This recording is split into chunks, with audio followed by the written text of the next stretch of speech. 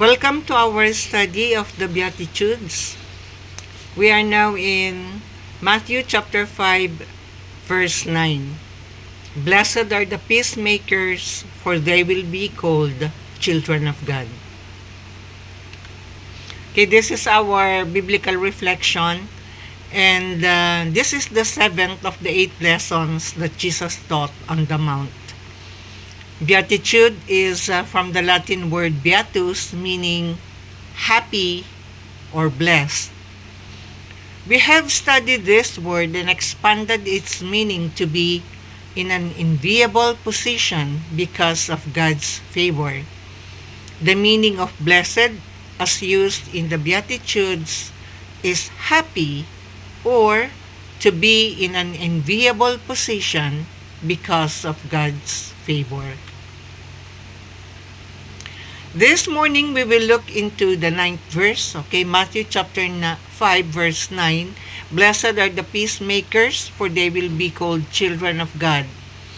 When Jesus said blessed or to be envied because they have God's favor are those who are peacemakers, what does this mean? Who are the peacemakers? This means one who takes on the role of peacemaking. So peacemakers are those who have the duty or role of peacemaking. A peacemaker maintains or seeks peace, loves peace, and one who brings about reconciliation. The foremost duty of peacemakers is reconciliation. In the Beatitudes, peacemakers underwent two processes, which are one internal and second external. This means the peacemakers have to be internally reconciled with their inner conflict with God through faith in Jesus Christ, and to be active doers of reconciling others to God. Biblical reconciliation is first the work of Christ on the cross that made man acceptable to God. Christ bridged the gap between God and man through his voluntary and perfect offering of himself, so that through his death, the penalty for sins of all may be paid in full. As we are reconciled to God by faith in Christ Jesus, as we become new creations, forgiven, and made acceptable to God, God also calls us to become instruments of reconciliation to others by sharing the message of salvation that makes us right with God.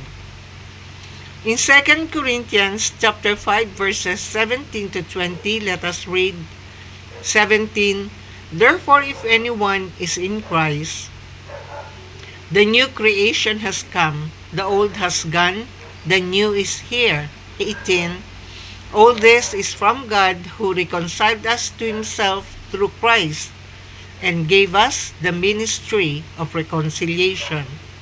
19. That God was reconciling the world to himself in Christ, not counting people's sin against them, and he has committed to us the message of reconciliation. 20. We are therefore Christ's ambassadors, as though God were making his appeal through us. We implore you, on Christ's behalf, be reconciled to God. 21. God made him who had no sin to be sin for us, so that in him we might become the righteousness of God. In our scriptural text, blessed are the peacemakers, for they shall be called children of God. The peacemakers are those, first, who were reconciled to God by faith in Christ Jesus, and two, those who became instruments of reconciling others to God. These people, according to our text or to our verse, shall be called the children of God.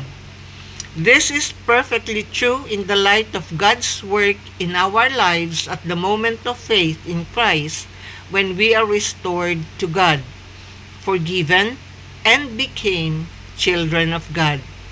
In John chapter 1 verse 12, it is stated, "But to those who accept him, to those who believe in the name of the Son of God, he gave them the right to become children of God." What glory, honor, and privilege it is to become children of God, to be forgiven, to receive God as our Father, and to become heirs to his riches and glory.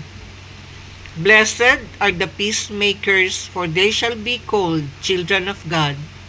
This means to be envied because of God's favor are those who are reconciled to God and who are God's instruments of reconciliation to others, for they shall be heirs of God's honor, riches, and glory. God bless everyone, sending you love and light.